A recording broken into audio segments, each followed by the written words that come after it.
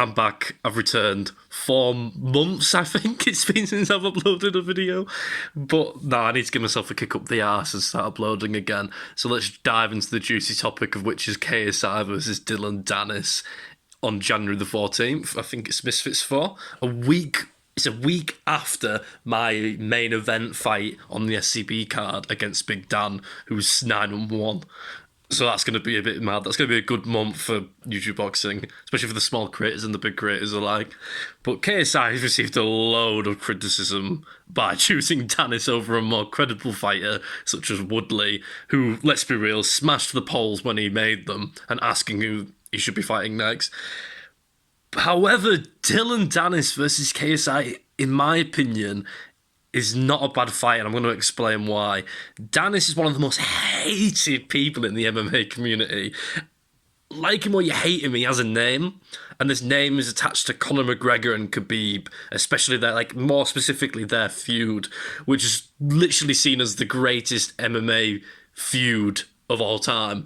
His name generates controversy and people want to see him flout on the canvas. Let's be just realistic here. Who doesn't want to see him get sparked out?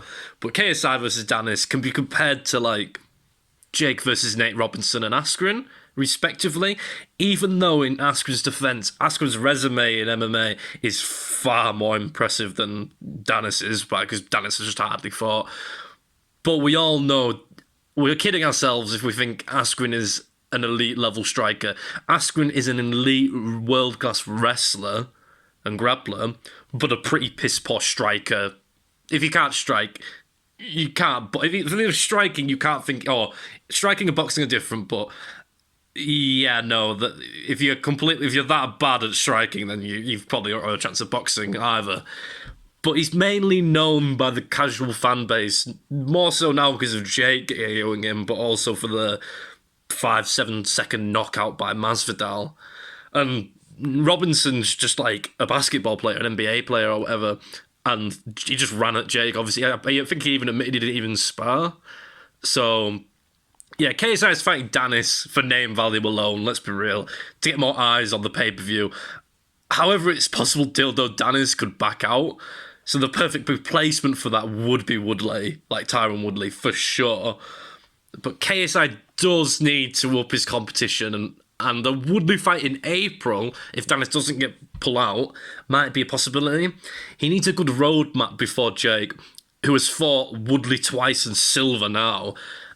So even though Silva's age is brought up into question quite a bit, but it's still Anderson Silva, who I think he's 49, 47 or something.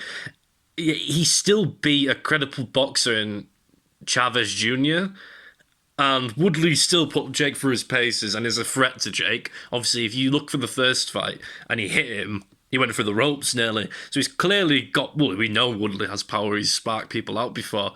But KSI versus Danis is his version of Jake versus Ben Askren on paper. As you can maybe compare Swarms to Nate Robinson, even though Robinson may have an athletic background, it does not mean it translates to boxing whatsoever. So in my opinion, KSI's roadmap going forward should be Danis in January. That can be his all eyes on me. This is going to be a fight.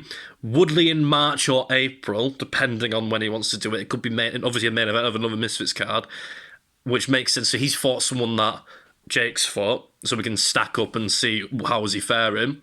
A possible Fournier or Nate Diaz in June, July. A Nate Diaz fight would do more of pay-per-views, but Fournier might do him better as a boxer.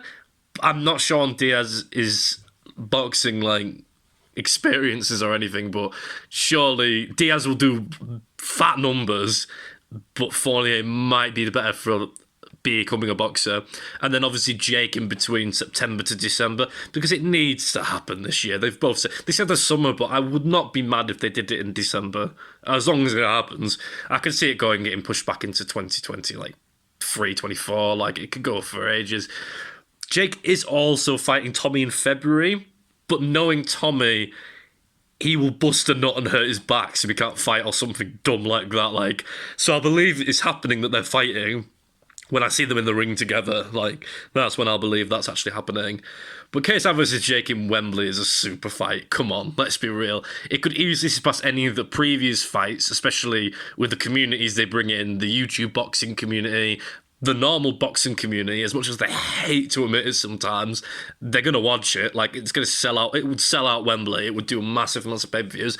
And the MMA community who just want to see blood on the match, on the canvas, to be honest. Like, they're there for blood. But KSI versus Dillon Danis, skill-wise, maybe not, it's not very beneficial to him, but it will do very good numbers as long as Danis doesn't pull a Tommy and pulls out. But really, I think that kind of sums it up, really, at the moment. Yeah, it could be a better fight, but it will do numbers, and you're a liar if you say you won't watch it. If it happens, you will watch it. I think that sums it up, really, though. I need to upload more consistently, but go follow my socials. I'll put them in the description. But go look at Small Creator Boxing and keep an eye out for my main event fight in January. So I'll see you guys later. Thanks for watching.